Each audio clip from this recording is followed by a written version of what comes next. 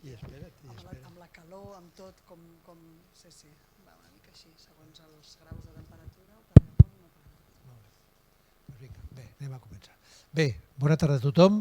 Gràcies a les persones que són a la sala i gràcies a les persones que ens estan veient per streaming, i tinc el plaer de presentar-los a Anna Ramon, que ella és la cap de comunicació del Centre de Recerca en Estudis Forestals, que està al campus de l'Autònoma. És un centre compartit entre diverses institucions: Generalitat de Catalunya, CSIC, Institut d'Estudis Catalans, Universitat de Barcelona, Universitat Autònoma. I aquest centre la iniciativa va ser per un dels professors i ecòlegs més destacats del país, el doctor Jaume Terrades, i ell és el que va tirar endavant tot això.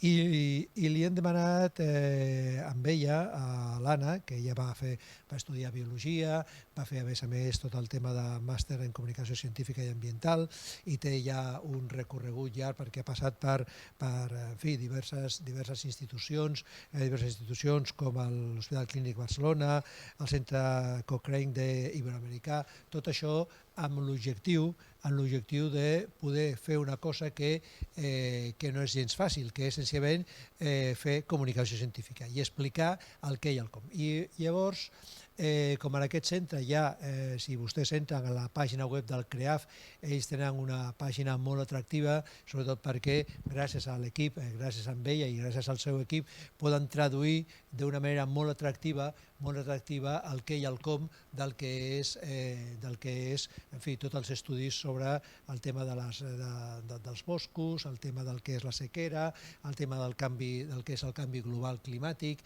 en fi, tot això.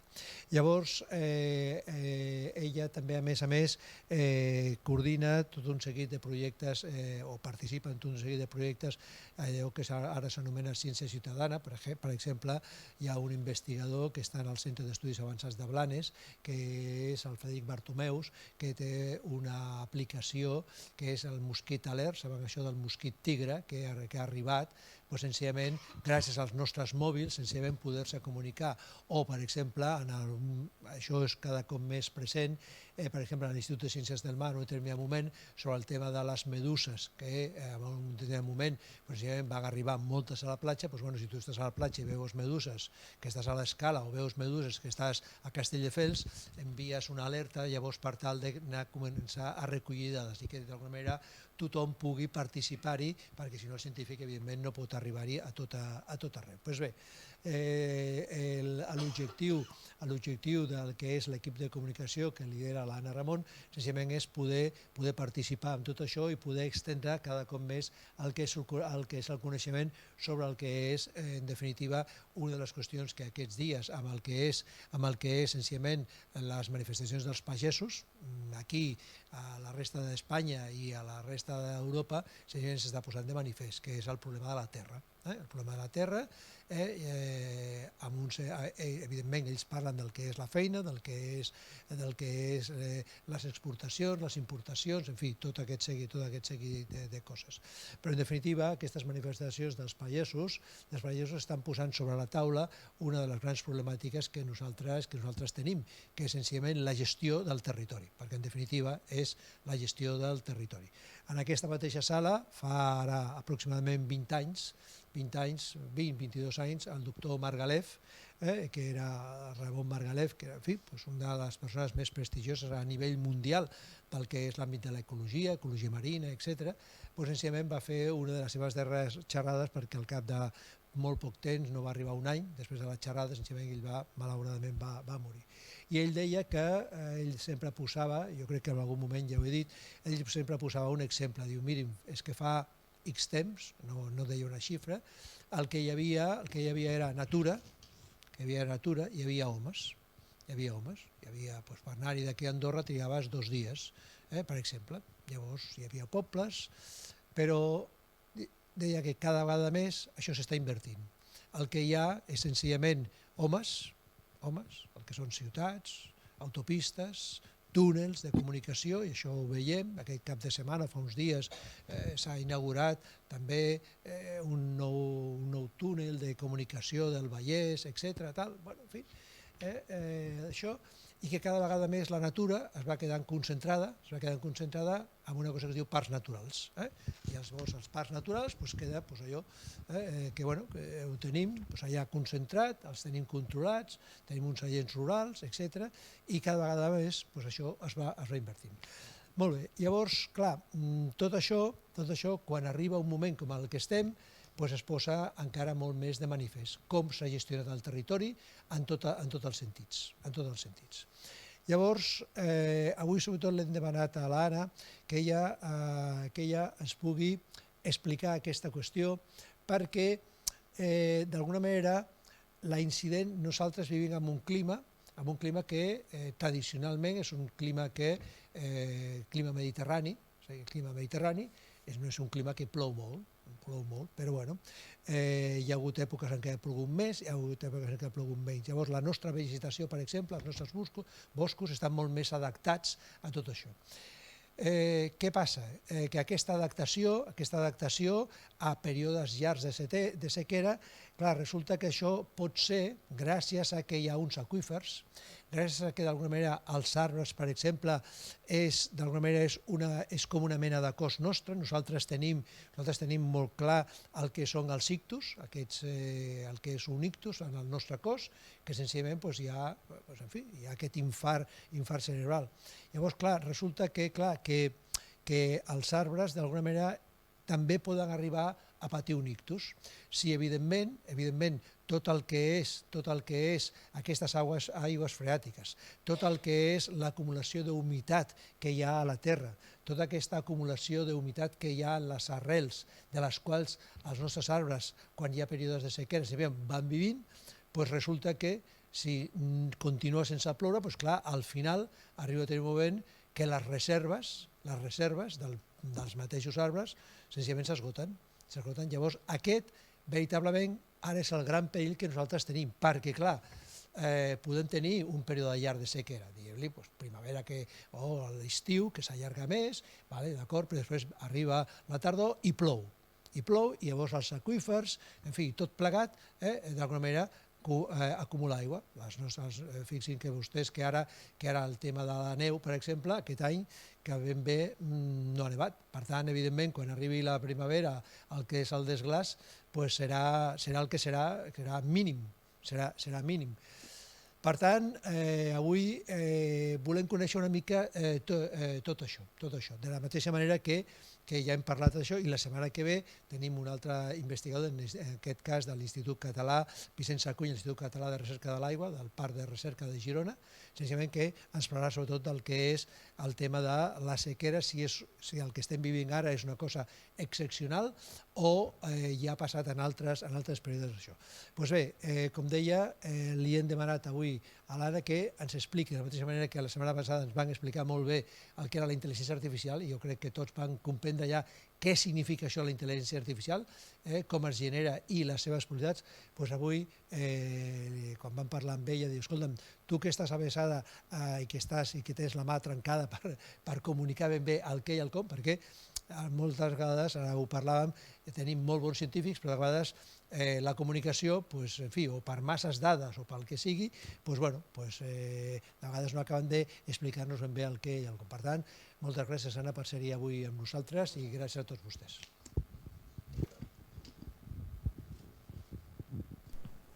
Perfecte, que me'n doni el micròfon perquè em sentin des de l'streaming.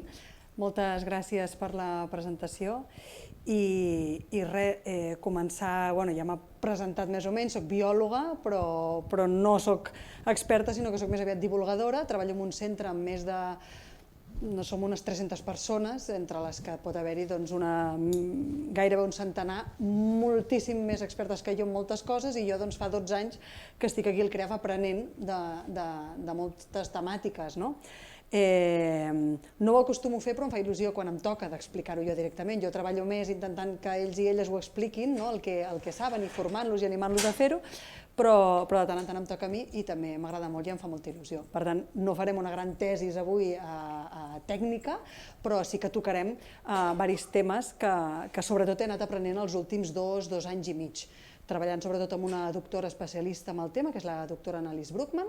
Ella és experta en gestió de l'aigua i I el que hem estat treballant amb ella durant aquests últims 2 anys és una mica entendre com hem arribat fins aquí, com hem arribat a tenir la sequera que tenim avui en dia, quina part d'aquesta sequera és canvi climàtic i quina altra part d'aquesta sequera ve més aviat del consum i de l'ús que fem d'aquesta aigua, no només del canvi climàtic en si mateix i de la falta de pluja.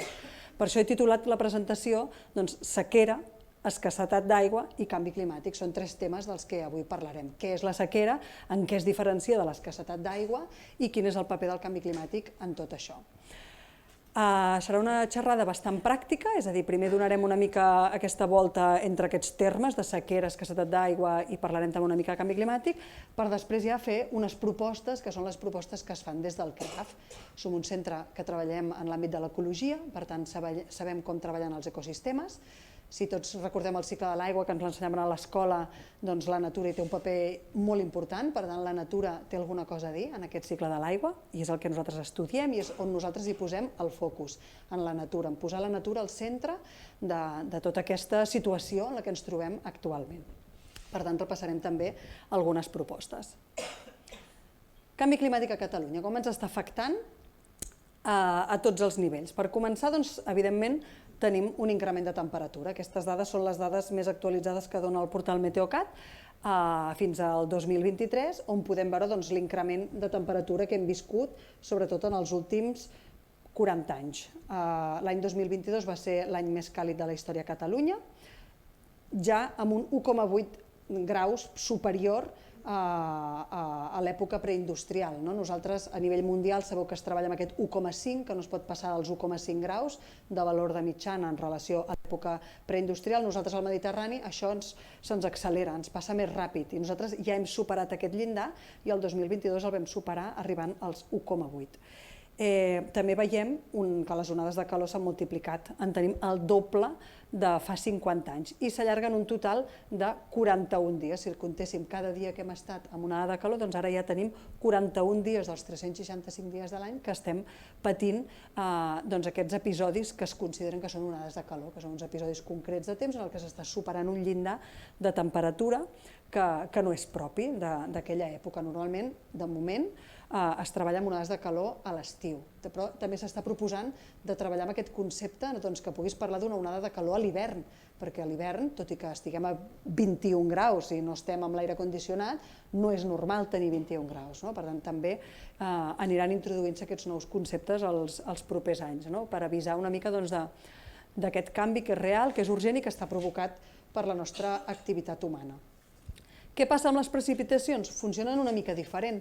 L'aigua no es crea ni es destrueix, per tant el cicle de l'aigua funciona d'una altra manera i sí que el que veiem és que hi ha un canvi, diguéssim, en la manera que té de ploure i que els anys humits, diguéssim, van escassejant. No es veu una tendència tan clara, sinó que el que es veu és que el que abans eren anys humits, que són els de color verd, que es podien donar bastants anys humits seguits o amb alguns intercalats, doncs això, cada vegada aquest nivell de pluja, diguéssim, o d'anomalia de pluja, cada vegada es va fent més petit i que no n'hi ha tants de seguits. I el que es veu sobretot és com es multipliquen els anys de sequera. Aquí l'escala és del 1950 i les dades només estan actualitzades fins al 2022. Això parlem del règim, el règim de pluviometria, el que arriba a ploure en un any. També s'han fet més extrems, que això a la gràfica no es pot veure, però ho sabem, que quan plou ara, doncs plou molt més que abans i després deixa de ploure i no plou gens, que vol dir que no plou ni una gota durant molt de temps. El 2022, si ens n'anem a aquestes franges, que són les que normalment treballen des del Meteocat, en comparació al 61-90, que és l'època com més propera a quan va començar a haver-hi tots aquests canvis, doncs la foto del 2022 és que ha plogut un 30% menys respecte a aquest període. Tot i que l'any 2020, l'any de la pandèmia, va ser un any extremadament plujós i aquest número era diferent, això any a any varia. Les sequeres, doncs tenim més sequeres meteorològiques, això també és un altre indicador, que aquest és l'índex de precipitació estàndard a 12 mesos i això es calcula també donant aquestes gràfiques en el que es pot anar veient en relació als últims 12 mesos quanta aigua ha caigut i es poden extreure aquestes gràfiques que també són il·lustratives, on es pot veure com es van acumulant el 2006, 2008, 2016, sequeres molt importants i sobretot franges molt gruixudes, molt continuades en els que s'han anat mantenint aquesta sequera. Ara, això s'acaba el 2022, evidentment sabeu que el 2023 és tot vermell igual i per tant estem dibuixant encara més aquests espais tan amples en els que hi ha una deficiència de precipitació. Els blaus seria un superàvit i seria un període humit i que cada cop són més curtets, són més estrets i en canvi els vermells serien aquests períodes secs. Ens costa cada cop més, també es diu, sortir de les sequeres, o sigui, recuperar-nos després que hi hagi una sequera. Per tant, podem avaluar aquestes sequeres amb aquests índexs, per exemple, això ens permet fer una avaluació d'aquest dèficit o excés de precipitació, i es mesura en diferents intervals. Us he posat aquesta informació perquè també l'he trobat molt interessant, que és perquè els veiem molt ara a xarxes socials i no sé si a la televisió els posen molt, però són uns mapes que a la segona diapositiva els podeu veure, on es veu tota Catalunya amb unes taques més grogues o més taronges o més blaves. És aquest índex de precipitació a 12 mesos o a 9 mesos. També el tenen a 6 mesos i el van traient cada mes, el van traient cada any, perdoneu, el van traient des del Meteocat. Llavors aquí podem veure en aquest interval de 12 mesos tota la pluja que ha caigut en relació als 12 mesos anteriors, que això permet veure com estaran llavors, com això repercuteix, diguéssim, a l'estat de les aigües subterrànies, dels rius i dels embassaments, perquè és un període més llarg, i després en aquests a 9 mesos ens permet veure ja la reacció més ràpida, que és la del terra, la de la humitat al sòl, com estan els boscos, com està l'agricultura, com està aquest terra patint perquè li falta aquesta aigua. Llavors s'elaboren aquests mapes i es poden consultar a la web del Meteocat, a tots aquests mesos, a 9, 12, 24 i 36 mesos. Els que més veuríem són els de 9 i 12 mesos. Aquest, per exemple, podem veure 6 mesos, aquest és l'últim que han tret, el 31 de gener. Doncs, quina ha estat la pluja en relació als últims 6 mesos? Podem veure que, evidentment, no ha plogut gens en tot el quadrant, gairebé a la meitat de Catalunya, diguéssim, i occidental.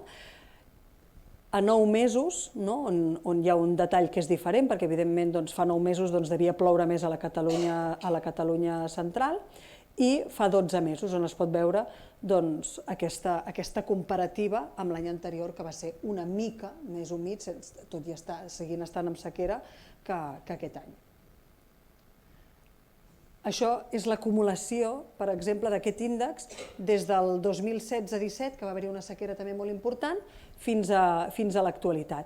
Podem veure aquests períodes humits, que va ser el Glòria, evidentment el Glòria va alterar molt tot això i per això estan quedant ja tot aquest 2020 tan blau i lila, i durant la pandèmia, que va ser una primavera extremadament plujosa i també un estiu bastant plujós. Aquí es poden veure aquests 3 anys consecutius que portem acumulant aquest dèficit, diguéssim. I un 2024 que de moment continua. Anem a entrar més en detall del tema de l'escassetat de l'aigua i de la sequera. Aquí hem pogut veure que hi ha uns fenòmens naturals que es van reproduint pel clima mediterrani que avançava el doctor Calvo, que és la sequera meteorològica, no plou, la pluja no arriba i per tant no rebem aquesta aigua de manera natural. Però després hi ha aquest altre concepte que també s'està sentint molt últimament, que és el de l'escassetat d'aigua. Què és l'escassetat d'aigua? Doncs és una falta d'aigua conjuntural, concreta d'un moment donat, en el que no hi ha prou aigua per atendre totes les necessitats que tenen els diferents sectors agrícoles, turístics, industrials, i depèn, evidentment, de la sequera, depèn de les reserves també que tenim, de la infraestructura que tenim, però molt, i és evident també, de quina és aquesta demanda. Per tant, no és el mateix sequera que escassetat d'aigua. Com podem calcular l'escassetat d'aigua? Doncs hi ha un indicador, que aquesta gràfica prové de l'Annelies Bruckmann, però és un indicador internacional que és molt fàcil, en el que es té en compte quina és l'aigua consumida per irrigació, indústria o també a nivell de les cases, quotidià, diguéssim, i l'aigua que tenim disponible de forma natural, l'aigua que tenim en els nostres aqüífers, sumada a l'aigua que podem tenir als nostres embassaments, als rius, etc. Aquesta diferència ens donaria un número que, si és superior al 20%, es considera com una indicació de que hi ha escassetat d'aigua, és a dir, que el típic que diem, ha estirat més, com és això, el braç que la màniga, doncs ens estem passant consumint aigua, mentre que els valors iguals o superiors al 40% serien ja situacions d'escassetat greu d'aigua, és a dir, que l'ús que s'està fent de l'aigua dolça és insostenible. Això no és l'índex que miràvem abans del Meteocat, que aquest és de la sequera, i contra aquell, doncs evidentment, si hem de lluitar contra aquell, que ja ho parlarem després, doncs hem de lluitar contra el canvi climàtic en general. En canvi, si volem treballar sobre aquest indicador, el canvi climàtic, això de moment és una cosa més a llarg termini, que no la podem canviar a curt termini, però en canvi en aquest cas segurament podrem fer canvis més directes i més a curt termini per poder tenir més aigua disponible. Aquest mapa l'he tret d'una web europea internacional, que és la ESRI, i en ell s'hi pot veure el 2015, no he trobat mapes més actuals que el del 2015, amb la informació, amb l'indicador concret que jo us volia donar. També n'hi ha un altre de l'indicador WEI, però he pensat que era una mica confús, però és igual, vull dir, si el 2015 estàvem així, us podeu imaginar com estem ara. Evidentment, la conca mediterrània sempre, perquè té manca del recurs disponible, doncs està amb uns colors que superen la major part de les... Això està a nivell de conca, si veieu que ara ja potser us heu acostumat més a veure Catalunya partida amb les dues conques, les conques internes, que són les que ara estan en emergència, i les conques que depenen del Segre i de l'Ebre, que estan ara en una altra situació. Per conca podeu veure quin és el seu estat. Depenent de cada lloc d'Europa, aquest color varia, perquè també varia la gestió que se'n fa de l'aigua. Evidentment, segurament aquesta zona d'aquí plou més o menys igual, no hi ha unes grans diferències, sí que aquí plou menys i és evident, però en aquesta zona d'aquí plou més o menys igual. Doncs hi ha aquí un treball de veure quin ús i quina gestió s'està fent de l'aigua.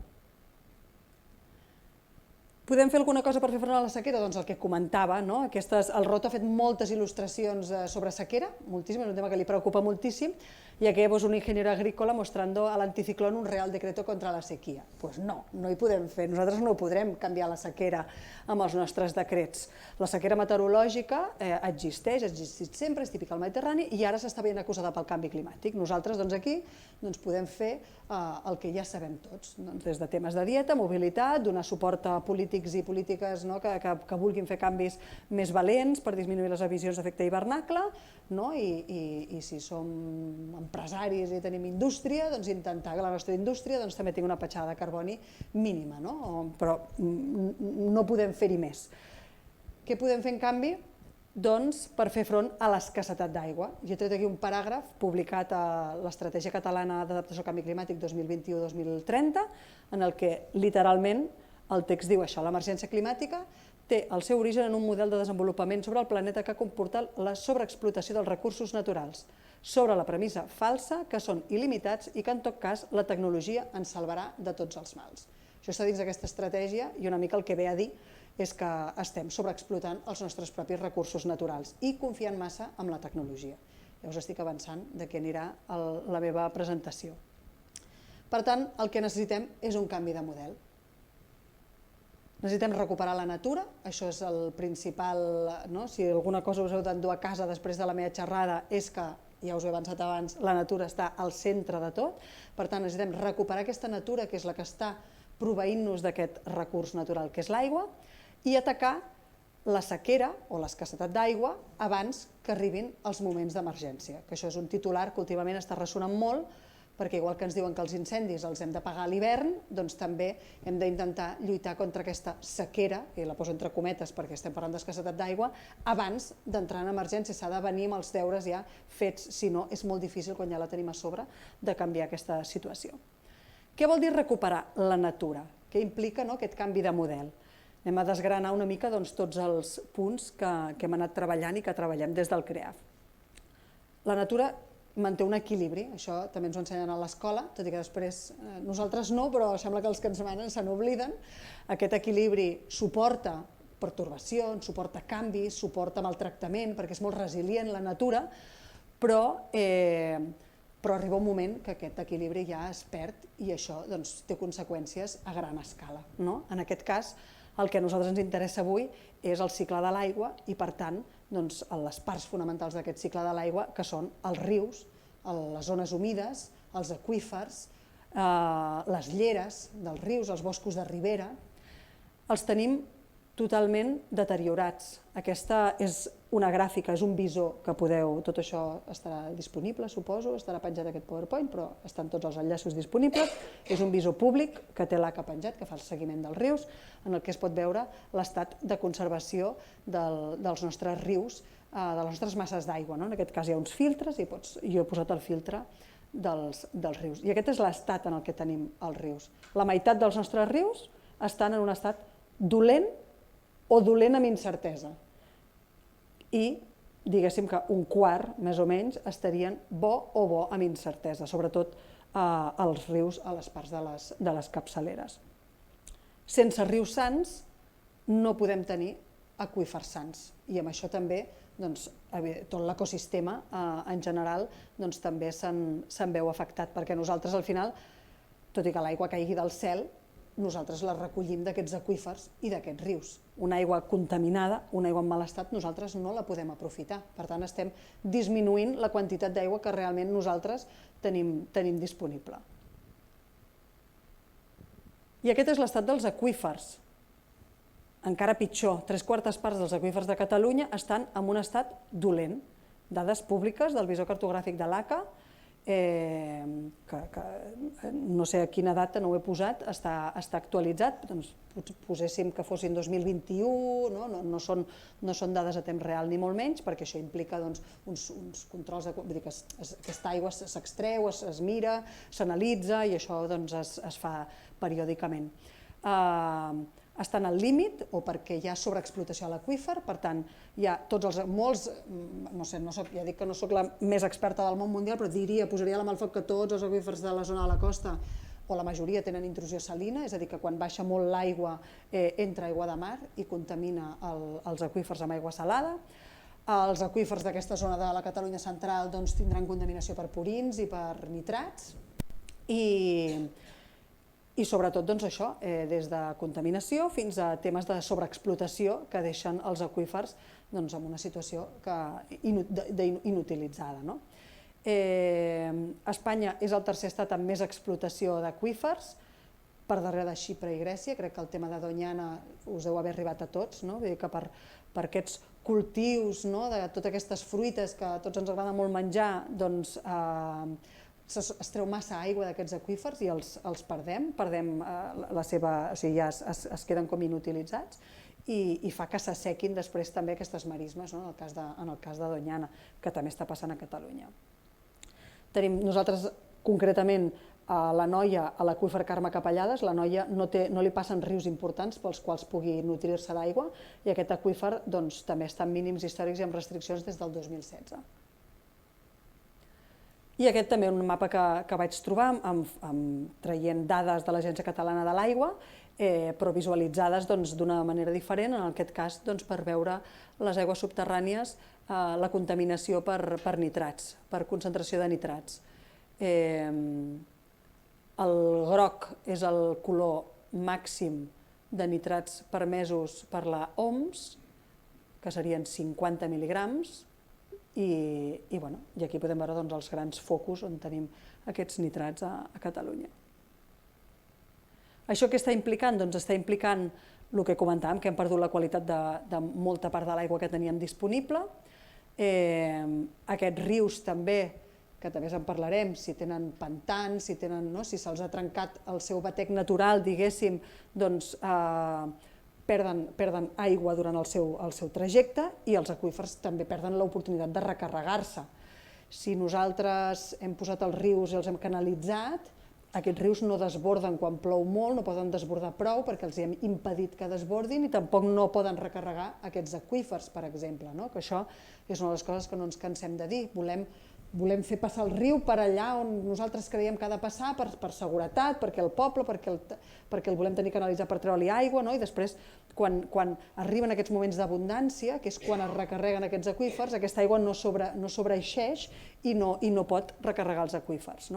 Tenim rius que no funcionen, que no estan fent aquesta funció depurativa de l'aigua i que perden els seus boscos de ribera, tots aquests boscos d'arbres que creixen a dins del riu i que la seva funció bàsicament és filtrar i fer que aquesta aigua sigui una aigua apta pel nostre consum. I la pèrdua de biodiversitat, que tot i semblar un tema secundari, perquè evidentment tots volem que surti aigua de l'aixeta i si s'han de morir 4 peixos, doncs bueno, què hi farem? Doncs jo crec que hi ha uns límits, queden molts pocs peixos autòctons als rius de Catalunya i en el cas aquí no he posat la referència, però això seria l'indicador Planeta Viu de Catalunya, que és un indicador que es va treballar per primer cop a l'informe de l'estat de la natura del 2020, que és un informe en el que els principals centres de recerca a Catalunya que toquen temes de biodiversitat van recol·lectar per diferents ambients, per boscos i matollars, per ambients agrícoles i per aigües continentals, també per l'àmbit marí, tot i que aquí no l'hem posat perquè no hi ha proutes dades, quina era la situació de la biodiversitat. El pitjor indicador de tots era el de les aigües continentals, amb una davallada dràstica. Del 2002, que és fa res, ahir, fins avui hem perdut un 54% de poblacions. Les poblacions no vol dir que haguem perdut espècies, sinó que hem perdut quantitat d'animals. És a dir, on vèiem 10 fartets, ara n'hi ha 5. No és que hem perdut l'espècie en si, sinó que perdem vida salvatge. Cada cop està més mort el riu. Això es pot consultar també, és un informe públic molt interessant. Què són els aqüífers? Doncs els aqüífers són unes formacions geològiques, és a dir, estan sota terra, l'aigua es troba un fre, que és una tipologia de roca que no és permeable, i es van omplint amb unes formes de piscines, per tant, poden emmagatzemar aigua i alguns també la poden transmetre, estan a vegades connectats entre ells. Tot el que comentàvem, l'aigua que cau de la pluja, l'escorrentia, tot allò que cau de la muntanya, que el bosc no ha utilitzat, i allò que sobreeixeixi del riu o fins i tot el regadiu mateix. Hi ha zones de regadiu que estan també, això que fan d'inundar, que la gent diu no, que estan inundant, estan gastant aigua. No, aquesta aigua sovint, si està pensat i en el lloc adequat, perquè sí que hi ha zones que s'irriguen i que allò no està, ara no surt la paraula, no està reomplint, diguéssim, aquest aqüífer, n'hi ha moltes zones de reg que sí que estan després alimentant, realimentant, reomplint aquests aqüífers. Per tant, són llocs on l'aigua s'atura, s'acumula i va omplenant diferents forats i fissures i emmagatzemant aquesta aigua. És com un llac, com un pantà intern. Tenen una presència irregular a tot Catalunya i són reserves estratègiques des del punt de vista de la planificació i la gestió de l'aigua al nostre país. Aquí, concretament, al bloc de l'ACA també hi ha molta informació sobre els aqüífers, què són i on es troben, i aquest concretament és el del Prat de Llobregat, que és un dels aqüífers més estratègics a nivell d'aigua per Barcelona. La problemàtica que té aquest aqüífer és el que comentàvem, la intrusió salina. Entra l'aigua de mar i fa que aquesta aigua es salinitzi. Què estan fent per mantenir-lo? Doncs ara mateix, que ho he posat per aquí, l'estan recarregant amb aigua regenerada de les depuradores. Estan infiltrant aigua directament a dins de l'aqüífer, aigua regenerada de les depuradores, en aquests aqüífers perquè no se salinitzin. Per tant, recuperar i descontaminar els aqüífers és posar la natura al centre, perquè estem parlant d'uns elements que són naturals, i des de la Directiva Marc de l'Aigua s'ha establert un marc per com tenir aquests aqüífers en un bon estat de salut. Es vol limitar o evitar l'entrada de contaminants, es vol protegir i regenerar les masses d'aigua subterrànies i garantir aquest equilibri entre allò que es treu i allò que entra, i l'Agència Catalana de l'Aigua és la responsable d'aquest control dels aqüífers. També són els responsables de fer aquest seguiment, veure si estan contaminats i poder actuar en cas que així sigui. Això són notícies que he anat extraient, són totes actuals, són totes entre l'any passat, finals de l'any passat i aquest any, en el que es parla d'aquesta problemàtica, de com tenim els nostres aqüífers salinitzats. Aquí projectes també en els que s'han començat he posat notícies positives i notícies negatives, perquè una mica un dels objectius d'avui de la meva xerrada és que només ens parlen de la dessalinització i de l'aigua regenerada com una solució a tot plegat i jo evidentment volia posar aquest èmfasi també en aquesta altra part que implica més la gestió de la natura i també del territori, que ja ho veurem una mica més endavant. Aquí també s'estaven, a través d'aquest projecte de recerca europeu LIFE, s'està recarregant aqüífers també amb aigües regenerades, per això es veu aquesta planta depuradora.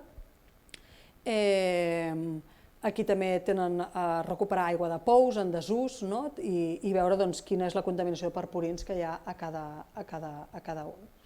Aquí en aquest cas aquesta notícia és de l'any passat, però perquè veieu, la contaminació de l'aqüífer del Llobregat que us comentava obliga a frenar l'extracció d'aigua per beure. O sigui, realment es comença a detectar additius de carburant perquè hi ha filtracions d'una benzinera i a partir d'aquí es comença a posar l'alarma que aquest aqüífer està sota mínims i que per tant qualsevol filtració, què passa? Com menys aigua hi ha, qualsevol contaminació que arribi allà ens arriba directament a nosaltres. En canvi, quan hi ha molta aigua a l'aqüífer, aquesta contaminació a vegades pot quedar diluïda i pot ser menyspreable.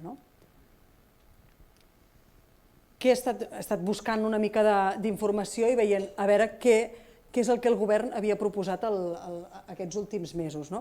Aquesta és l'última notícia sobre el Pla de Gestió de l'Aigua de les Conques Internes, amb la inversió que han fet de 2.400 milions d'euros, en el que ells mateixos diuen que el que volen fer és millorar l'eficiència i augmentar, o sigui, aquest és el que ells destaquen, millorar l'eficiència, l'augment de la producció de l'aigua, assegurar la qualitat del medi hídric i incorporar recursos per generar aigua a través de la regeneració i també la dessalinització.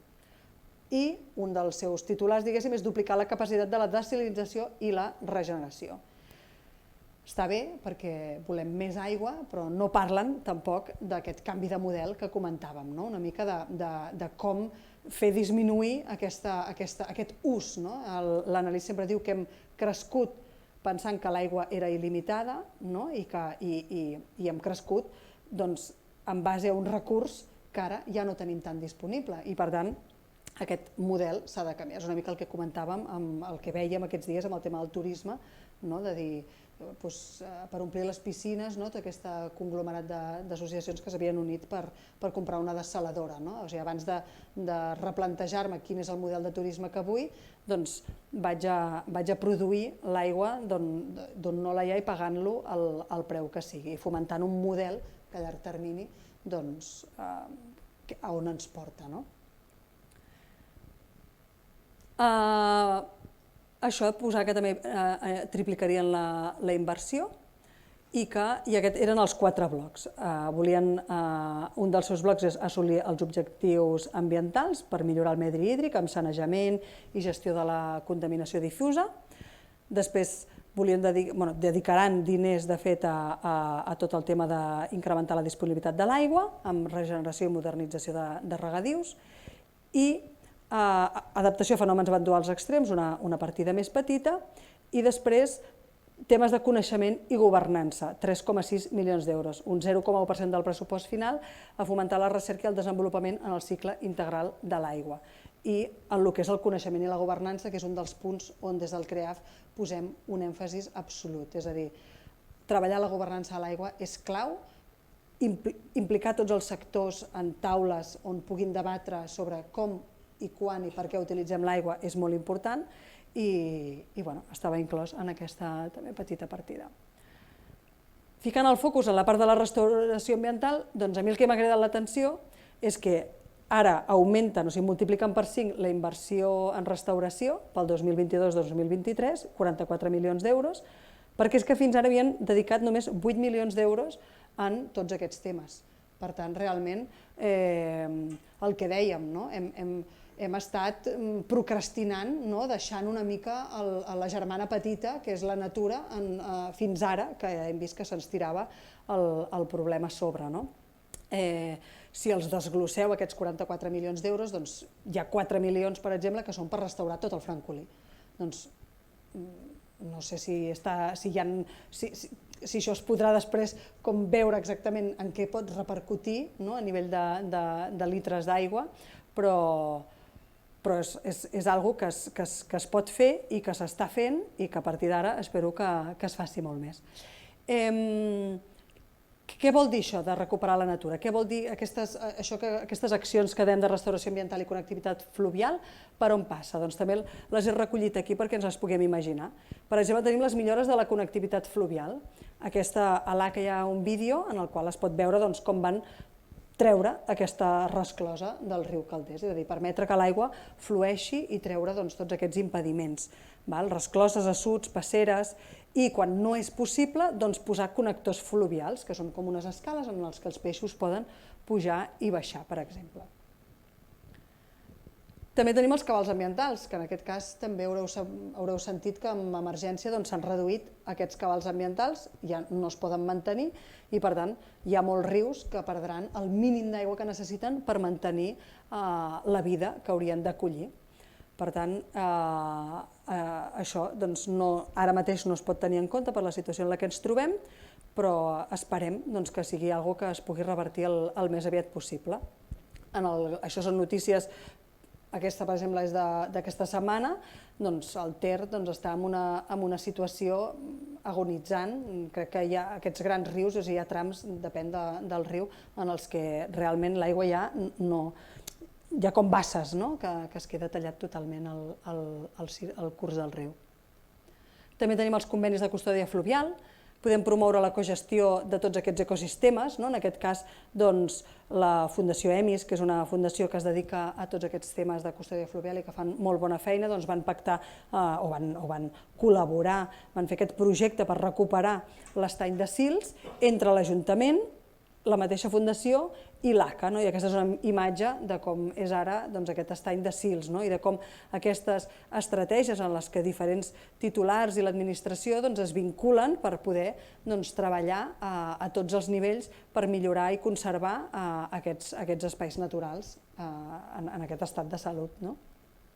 També tenim el fet de recuperar les lleres. Aquí hi ha una imatge on es pot veure la canya americana, que és aquesta canya que creix, que és una espècie exòtica invasora i que dificulta el pas dels rius, amb riarades també tapona els ponts i fa que es creïn situacions en les que l'aigua es desborda allà on no toca. Treure-la vol dir que es recupera la capacitat hidràulica del riu, per tant hi ha projectes molt interessants que es poden fer per desbrossar aquesta vegetació i replantar espècies típiques de les lleres dels rius. I aquest un altre cop el roto, en el que diu que l'hem canalitzat, però com a mínim el vam gravar el murmullo del río antes de intubar-lo. Això és una mica la sensació del que ha estat passant fins ara amb la natura i els nostres sistemes. Per tant, nosaltres proposem una solució, que és aquesta que hem vist fins ara, fomentar-la i que puguem recuperar tots aquests espais naturals. L'altra és parlar de tecnologia i qüestionar-nos si és una solució. Aquí és el gràfic on podem veure amb les diferents situacions en les que ens trobem com funciona, com s'activen els diferents processos per poder tenir més aigua disponible.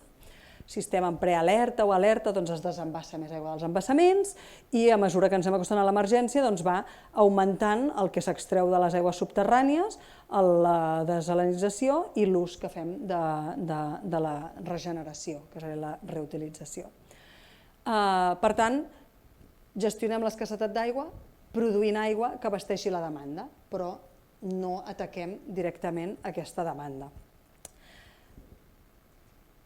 Què passa? Que són tecnologies molt cares, això per començar. És un preu que paguem entre tots i que Vull dir que si nosaltres, depèn del que estiguem, del cost que això implica, ho paguem a la nostra factura de l'aigua, però potser això va destinat a mantenir un ús de l'aigua del que nosaltres no en sortim beneficiats, que potser és per fer uns productes que després es vendran a fora, per exemple.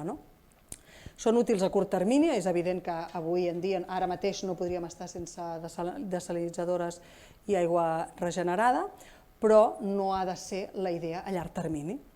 No es poden mantenir en el temps pel seu cost econòmic, també pel seu cost energètic, una dessaladora consumeix quantitats ingents d'electricitat i també la regeneració també la consumeix. Estem en una situació en la que Catalunya estem a la cua d'implementar les renovables a casa nostra, per tant, tota aquesta energia per fer servir tot això l'estem traient de fonts no renovables, per tant, no és sostenible a llarg termini, i ambiental. Quan estem desalinitzant aquestes salmorres, també tenen un impacte ambiental que poc se'n parla. Aquí us posava també, si us interessen aquests temes, hi ha un observatori que el CREAFI col·labora, però que lideren des d'Andalusia, que és l'Observatorio de la Sequía, el financia el Ministeri, i és un observatori divulgatiu, apte per tots els públics, no és una cosa científica ni tècnica. I és molt interessant perquè hi treballen sociòlegs, i llavors ells el que fan, a part de fer visors, que l'ACA, per exemple, en facilita molts i tot això que us he ensenyat ho ha fet l'ACA, per tant, està molt bé que nosaltres, ciutadans, puguem consultar aquesta informació amb un sol clic, és tot molt fàcil d'utilitzar. A nivell espanyol això no existeix, i això és una feina que fa l'Observatori de la Sequia. Agafa totes aquestes dades, que és el que ha fet l'ACA, i les posa en un visor, que és aquest mapa, que tot ho veus molt bé. Doncs això es pot consultar, però per altra banda també, a nivell de sociologia, fan moltes enquestes, i fan enquestes sobre percepció social de l'aigua. I aquests són els resultats d'una pregunta concreta que deia quines dues mesures diries que són les més importants per millorar la gestió de l'aigua i, pel contrari, quines mesures rebutjaries. Llavors, això és interessant des del punt de vista sociològic, quina informació arriba a la ciutadania i què pensa la ciutadania que s'ha de fer quan hi ha sequera. Doncs la ciutadania està d'acord en que quan hi ha sequera, per millorar la gestió de l'aigua, cal reutilitzar les aigües residuals i aprofitar l'aigua de mar, en contraposició a la resta de mesures. Per exemple, no estan d'acord amb augmentar el preu de l'aigua, potser no estan tan favorables a construir més pantans, i els sembla que és més important reutilitzar les aigües residuals abans que estalviar aigua a casa nostra, o que modernitzar el regadiu. Per tant, tot allò que sigui produir més aigua per la gent en general, perquè això són dades de tot Espanya, és més interessant que no gastar tanta aigua. I després el rebuig, el que ha sortit més rebutjat és augmentar el preu de l'aigua i disminuir l'aigua pels regadius. Quan els regadius de tot Espanya, evidentment, no consumim nosaltres tota la fruita i tota la verdura que produïm, la majoria és per exportar, el que acaba fent que després haguem nosaltres de prescindir d'aquesta aigua que hem de destinar, que s'està destinant a aquest tipus de mercat. És el mercat que volem a llarg termini, hem d'estar venent una aigua en forma de pepinos que no tenim, són preguntes que surten en aquestes crisis. Els pantans també és una altra solució tecnològica que en el seu moment va tenir el seu gran moment en els anys passats, semblava que era la solució definitiva, però com sabeu s'esgoten, es colmaten, s'emplenen de sediments, frenen aquest circuit de sediments tan important, amb els problemes que això comporta a casa nostra, al Delta de l'Ebre, per exemple, i també a la biodiversitat. Tots els embassaments es van pensant en uns consums, aquests consums ja no tenen res a veure, s'han disparat tots i per tant també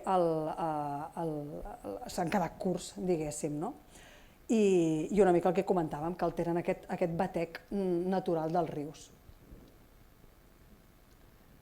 Aquí tenim una altra imatge del bombero intentant apagar una sequia, que també m'ha semblat molt curiosa la similitud, no? Vull dir que no podem apagar una sequera com ho fem amb els incendis.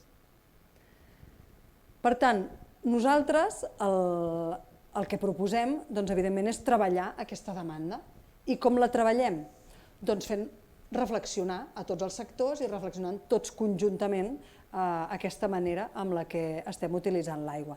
Hem de posar fre a una set que ja és insaciable, una economia moguda per l'aigua que segurament ja no serà més factible. Aquí tenim les dues grans divisions, les conques internes i les conques intercomunitàries, en el que podem veure la gran diferència. Qui veu l'aigua de Catalunya? Doncs la meitat de les conques internes la consumim a casa i en l'àmbit industrial, amb una part agrícola més petita, i en canvi a l'altra part tenim el domèstic i industrial a un 5% i en canvi l'agrícola a un 95%, perquè evidentment és tota la part de Catalunya que necessita aquesta aigua pel regadiu que tenim. Nosaltres aquesta reflexió del model agrícola, urbanístic, turístic, industrial, el plantegem amb aquests processos que comentava abans, és a dir, establint taules de debat i de governança, i el que volem és fer servir aquella aigua que ens permeti mantenir els cicles naturals i fer aquest canvi de xip, passar de voler satisfer les demandes a prioritzar que es mantinguin la salut de les masses d'aigües i dels ecosistemes naturals, perquè així serà l'única manera que seguirem mantenint aquesta disponibilitat d'aigua en el temps.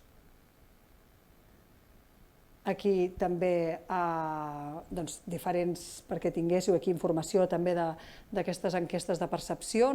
L'agricultura consumeix un 85% de l'aigua a Espanya i la gent creu que en consumeix aproximadament un 31%. Vull dir que realment no ens en fem a la idea d'aquest ús que es fa de l'aigua. Ui, que no sé què he fet.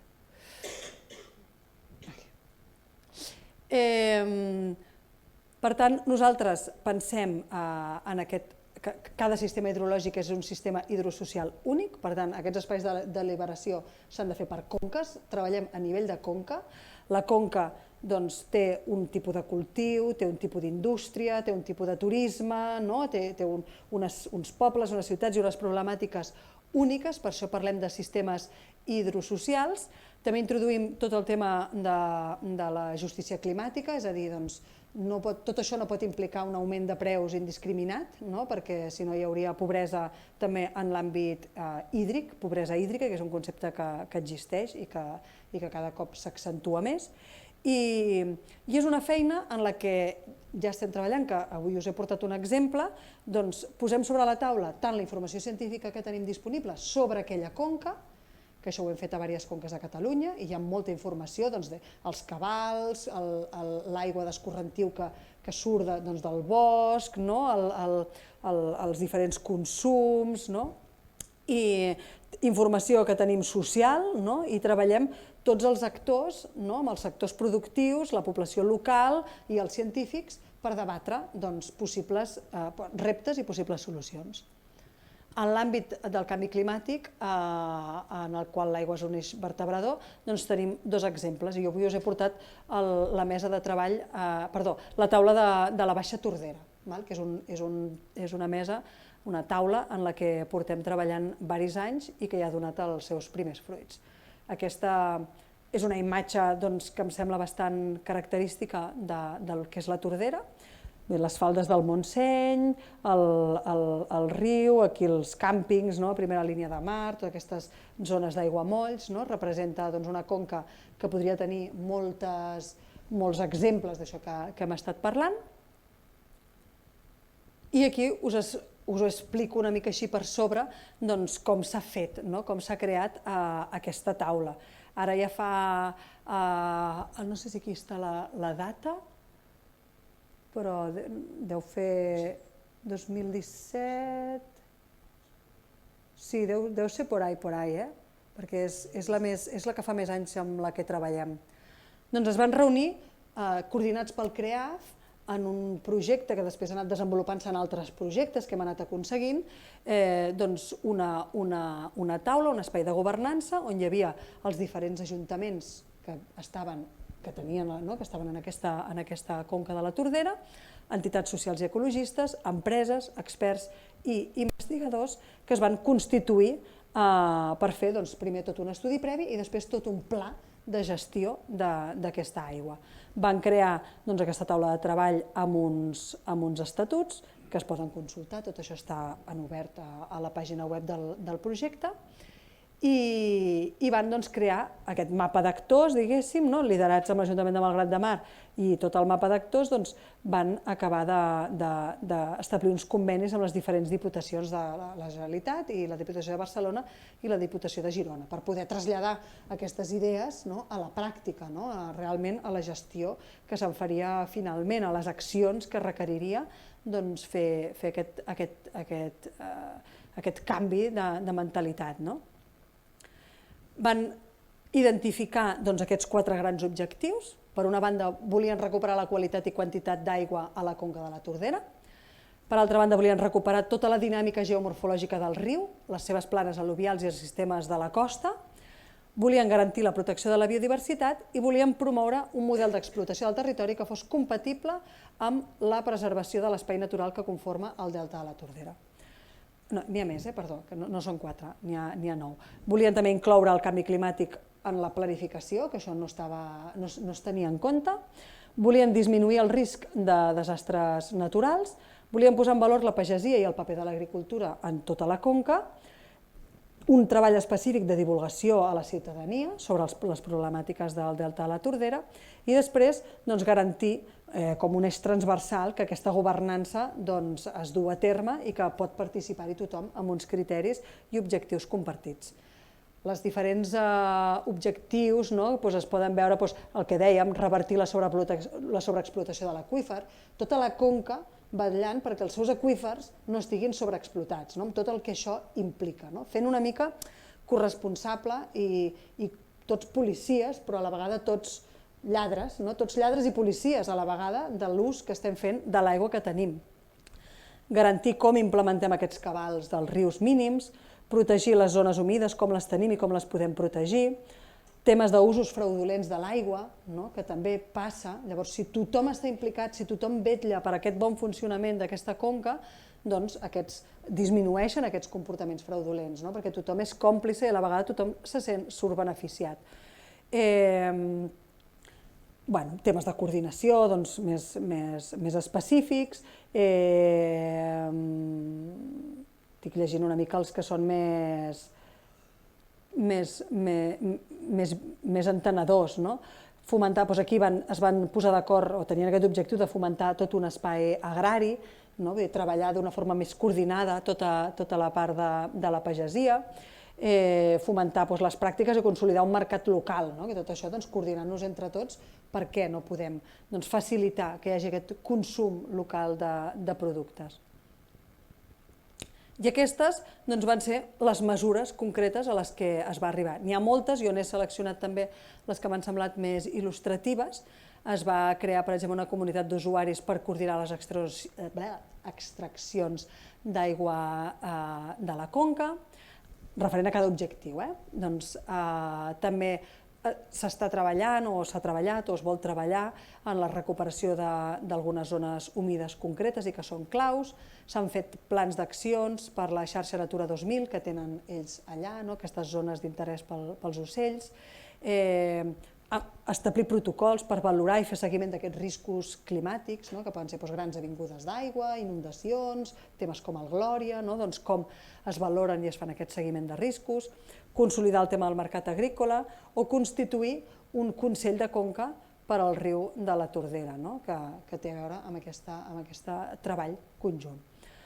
Això s'ha fet també des del CREAF, ho hem estat fent al Serpis, que és un riu a València, i ho estem treballant per promoure-ho a diversos espais de Catalunya. La nostra idea és traslladar tot aquest coneixement i tota aquesta manera de fer, aquesta governança compartida de l'aigua, on la natura està al centre de tot, i demostrar que aquest és un model, des de la ciència, poder demostrar que aquest és un model que dona els seus resultats. Per tant, per endur-se a casa, el resum final, és possible satisfer la set crònica a Catalunya si respectem l'aigua i la vida dels rius i dels aqüífers, que és el delta de la Tordera, que amb el Glòria es va crear aquest espai a davant, amb aquest espai, amb aquesta marisma. Podem satisfer les set cròniques si qüestionem la quantitat d'aigua que necessitem i l'economia que volem, sense excedir-nos en la capacitat realment que tenim d'aigua, i si col·laborem tots en espais de diàleg i de governança a cada conca de Catalunya i permetem que totes les persones hi puguin participar. I això és tot. Espero que us hagi semblat interessant. M'he centrat molt en això, però si teniu algun dubte que tingui a veure amb el que us comentava abans de temes de boscos o el que sigui, també intentaré respondre-us. També podeu seguir l'Annalís, que des del CREAF anem compartint moltes de les seves entrevistes que fa i ja està. Molt bé. Magnífic, Anna, moltes gràcies. Crec que ha estat molt claridor, molt clarivident i, la veritat, gràcies per l'esforç didàctic de... En fi, evidentment, com deien al principi, aquest tipus de xerrades i aquestes dades, només aquesta dada que deia que entre el 2016 i el 2021 només s'havien invertit 8 milions d'euros en tot això i que ara correm-hi tots, senzillament, i ara anem a invertir més diners perquè ens agafa el toro, que això ja ho vam comentar el dia que estava el doctor Barceló. Llavors, aquest veritablement és possiblement és un dels problemes que tenim, és a dir, aquest treballar amb una perspectiva d'avui per demà i no veure més enllà, i no veure més enllà. I per tant, clar, evidentment això és preocupant perquè per les dinàmiques que genera. Jo penso que senzillament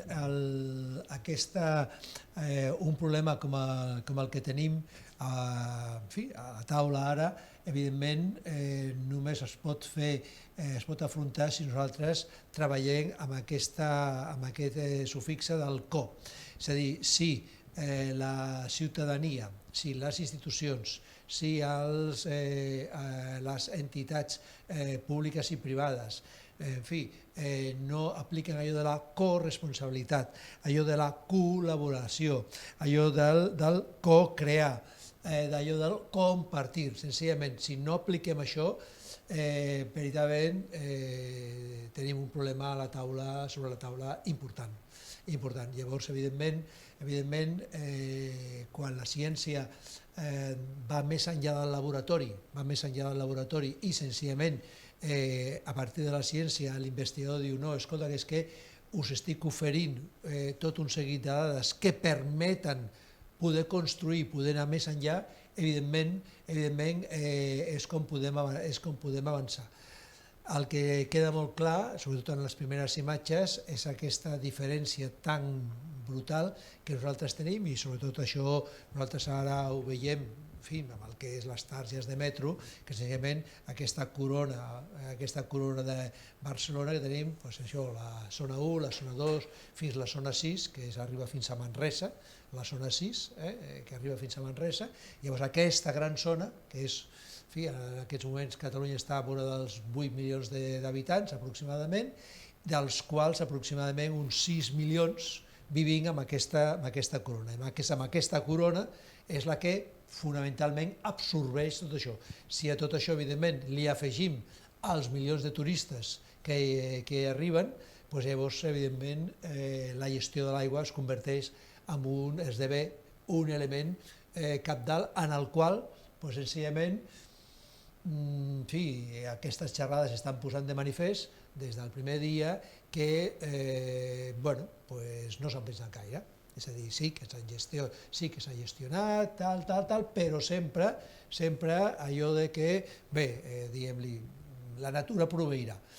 I aquí, en aquesta casa, ja hem dit moltes vegades que aquesta idea que sorgeix en el segle XVIII, que senzillament és que nosaltres, el nostre progrés, sempre està basat en el que és un bé que és la natura i que aquest bé és il·limitat, quan evidentment hem vist que aquest bé no és il·limitat. no és il·limitat, com s'està veient aquests dies en tot el que és la sequera i gràcies per la diferència entre sequera i escassetat d'aigua. Evidentment, el tema clau és com podem fer que institucions i ciutadania senzillament podem fer front a tot aquest tema.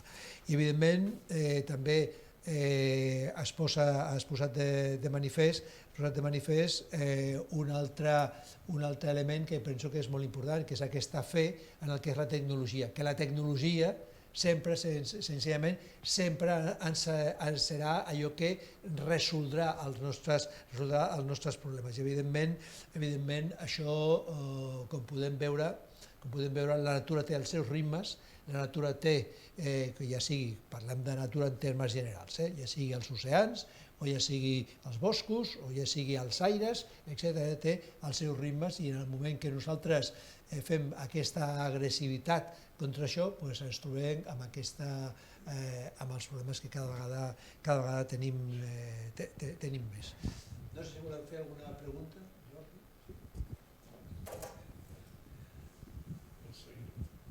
Per seguir la tradició. A veure, bona tarda, moltes gràcies per la xerrada i molts records de l'Annalís quan la vegis.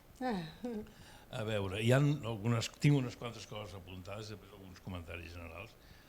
Una d'elles és que l'índex aquest IPE no has definit el que era i no me n'he enterat gaire de què representava. Bé, no, deixo posat aquí perquè més m'ha semblat que deies un índex de 9 mesos o 12 mesos, no sé què més, però en canvi la freqüència de la variabilitat que tenia l'índex era com si fos un índex gairebé diari, perquè tenia un soroll que era molt elevat. Llavors m'ha desconcertat molt i no he acabat d'entendre què vol dir. Evidentment els mapes sí, es veu que uns són de color blau, els altres de color groc, però no. Llavors una altra cosa, el Lluís acaba de dir, i si no hi ha allò que eren 8 milions quasi bé, no? Llavors hem deixat d'invertir, s'han invertit només del 2016 al 2024 €1 per persona, durant 6 anys. Això vol dir una sisena part, una vuitena part d'euro per persona i any. I ara de cop i volta ens hem de gastar 2.400 milions, és a dir, 300 euros per persona i any, suposo que és entre els 8 milions que estem aquí, els 20 milions de turistes que venen, aquests no deuen comptar amb aquesta despesa. La pregunta és, el negoci que estan fent gràcies a aquests turistes ens dona diners a nosaltres com a ciutadans, els 8 milions? La pregunta és perquè el país ens l'estan destrossant, però el negoci el fan només uns quants, només ho poso sobre la taula, i el país l'estan destrossant per això. Llavors, respecte a lo dels cabals ambientals i la directiva Mar, jo hi creia molt en la directiva Mar de l'Aigua. Quan va començar vaig pensar, home, ara sembla que fan les coses bé. Fa 24 anys que la van aprovar, la directiva Mar de l'Aigua, i jo no he vist que les coses hagin millorat gaire. Potser sí que han millorat, però m'ha semblat més que es feia servir per fer greenwashing que no pas per fer. I això de les escaletes de peixos ja em sembla que és allò, el recochineo del greenwashing, és a dir, fem que els peixets puguin pujar. El problema dels rius no són només els peixets, que també ho són, però hi ha més coses. I l'aqüífer de Carme Capellades, que és una altra de les coses aquestes, em permeto recordar que l'aqüífer aquest de Carme Capellades va ser una font d'una gran indústria que hi havia a Catalunya, que era la indústria del paper. I justament allí hi havia molins de paper que feien servir l'aqüífer aquell. I ara aquest aqüífer s'ha anat a prendre pel... En fi, bé, doncs això també ho trobo curiós. I les enquestes aquelles sortia un tema que deia disminuir els regadius. No hi havia i ja no era gaire popular. La pregunta és si s'hagués posat el que realment s'hauria de fer, que és eliminar molts regadius, quina resposta hi hauria hagut, no ho sé. I per últim el tema de la Tordera.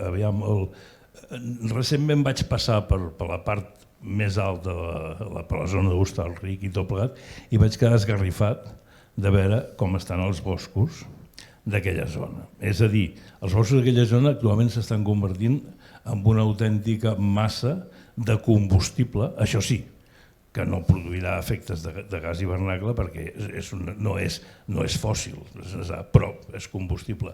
I allò em sembla que és bastant irreversible i potser part d'aquests milions s'haurien d'invertir i potser encara seria negoci a fer-ho servir com a biomassa per cremar i ens estalviem, no sé, dic jo, vull dir, és una cosa aquelles que em vaig quedar realment, bueno, no hi haurà cap d'aquests famosos emprenedors que digui, aquí hi ha una possibilitat de poder treure això, que potser hi guanyaríem tots, no ho sé, aquí estic totalment, és allò que em va fer molta pena veure-ho i evidentment part del problema és l'excés d'ús no degudament controlant el riu i això de l'aigua que s'ha fet. En fi, no sé, són unes quantes coses que poso sobre la taula i perdoneu que hagi matxacat tant, però vull dir que és significatiu. No, és superinteressant al final.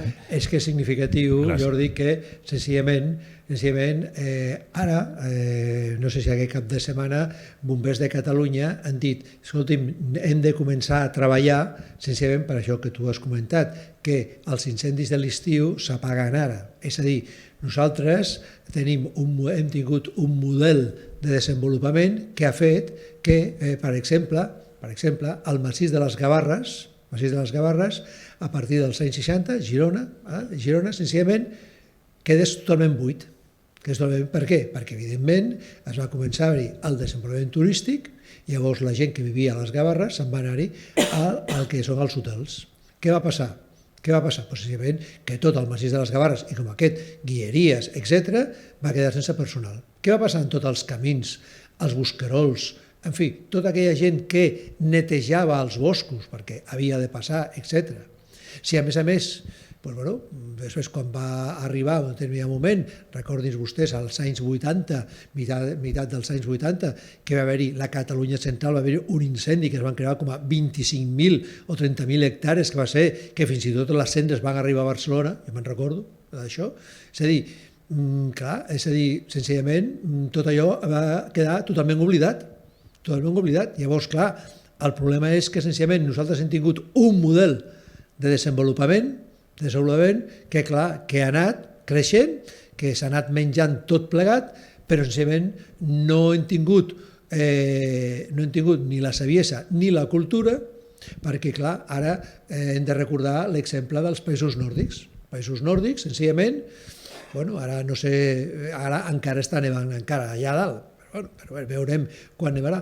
Però clar, quan acaben, les poblacions, evidentment, són poblacions molt més petites, però hi ha una cultura que és que, senzillament, quan arriba la primavera, senzillament, el que són les comunitats locals, amb els veïns, senzillament, se'n van a netejar el bosc. Per què? Perquè, evidentment, la neu fa que caiguin branques, en fi, tot això. Llavors, evidentment, la comunitat, l'Ajuntament, no té suficients recursos per poder netejar i tornar que al bosc totes aquestes branques que han caigut, en fi, tots els desperfectes de l'acumulació de gel, de neu, tot això.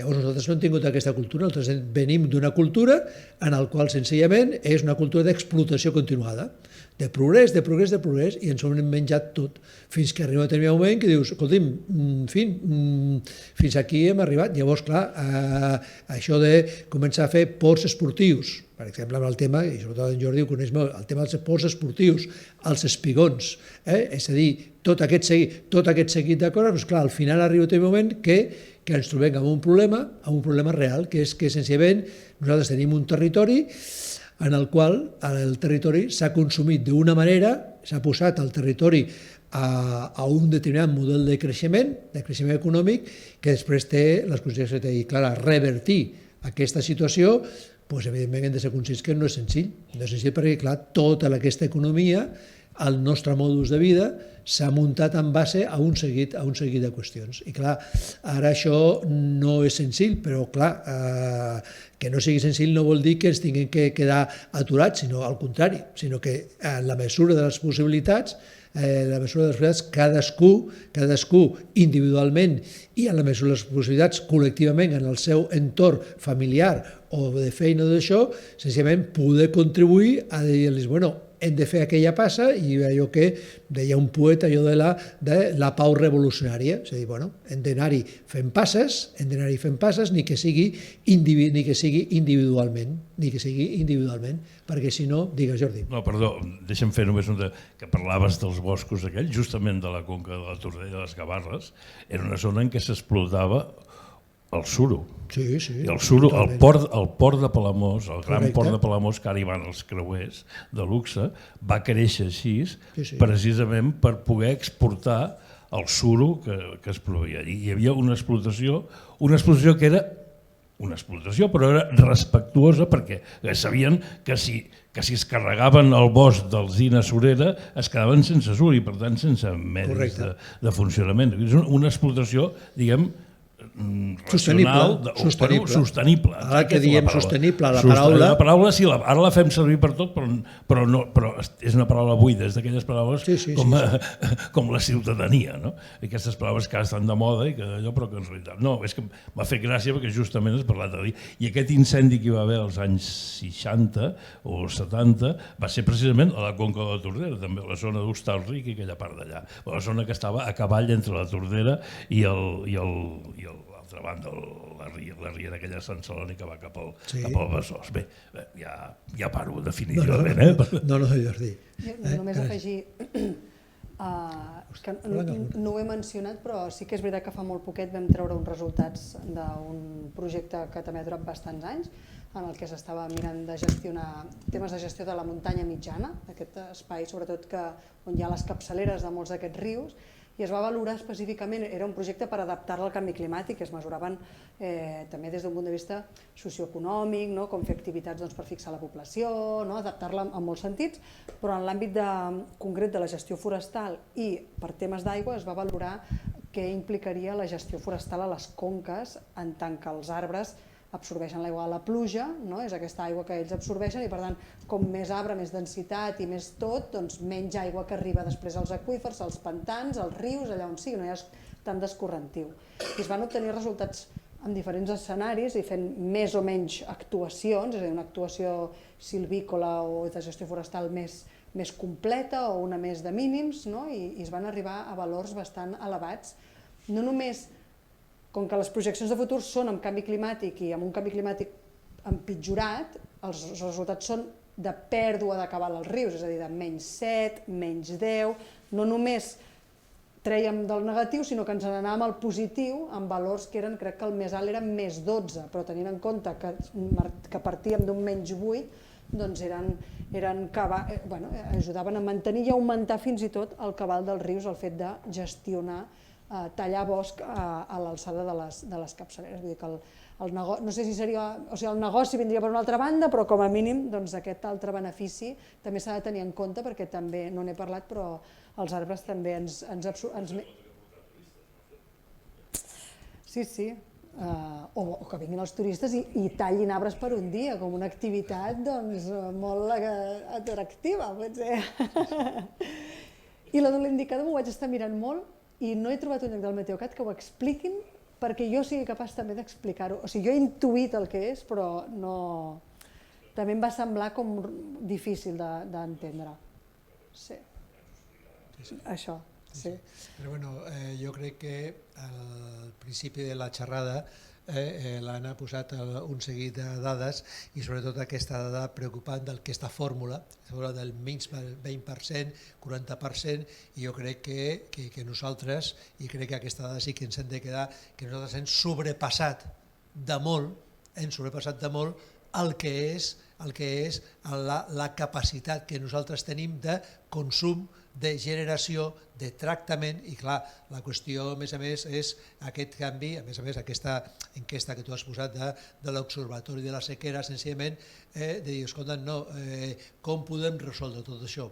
Clar, l'última qüestió és pensar, és dir, no, jo no vull que el rebut de l'aigua pugi, evidentment, però clar, en fi, tampoc llavors aquí s'ha de valorar, diu, senyors, escolta'm, si volem tenir aigua, volem tenir això, no ens quedarà un altre que ser conscients que l'aigua, en un país mediterrani i amb aquest model de desenvolupament econòmic i amb aquest model de vida, no pot estar a 0,0 com tal, perquè evidentment no ens en sortirem, perquè clar, fixin vostès que nosaltres ara, la Generalitat diu 200 litres per persona, dia, pensem en el que és les cisternes de les nostres llars.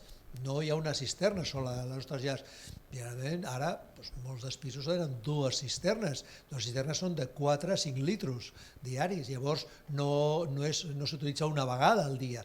Si li sumem el munt de cisternes d'empreses, cinemes, restaurants, etc., només de cisterna pensem que són els milers de litres d'aigua. I moltes vegades una recomanació que es fa és que sobretot és intentar llegir el que consumim d'aigua, i quan tu veus que tu estàs vora de 15 hectòmetres cada 2 mesos, cada 15 hectòmetres són 15.000 litres.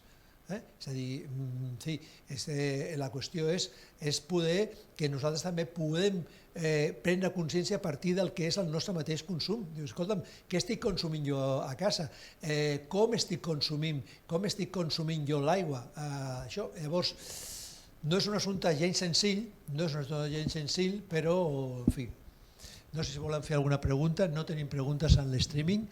La propera setmana el doctor Vicenç Acuña senzillament ens donarà una volta a tot això i ens parlarà de si veritablement la sequera que tenim ara és excepcional o no. Com hem vist les gràfiques, pensem que portem 3 anys, però senzillament hem de ser conscients que estem en un país mediterrani que tradicionalment són zones seques, però, clar, amb aquest consum d'aigua, i sobretot amb aquest consum del que són els aqüífers, que aquest és un dels grans problemes que no se'n parla, perquè clar, aquest mapa que has posat, Anna, en el qual es veu tot el tema dels purins i tot el tema de la desalinització, clar, això evidentment són paraules majors, quan veus totes aquelles taques de tot Catalunya que és els purins. Clar, això entre nitrats i sals, llavors clar, es poden trobar cada cop més un gran problema. Però en fi, moltes gràcies, Anna, per aquesta magnífica xerrada. Gràcies a tots vostès i els esperem el proper dilluns. Gràcies.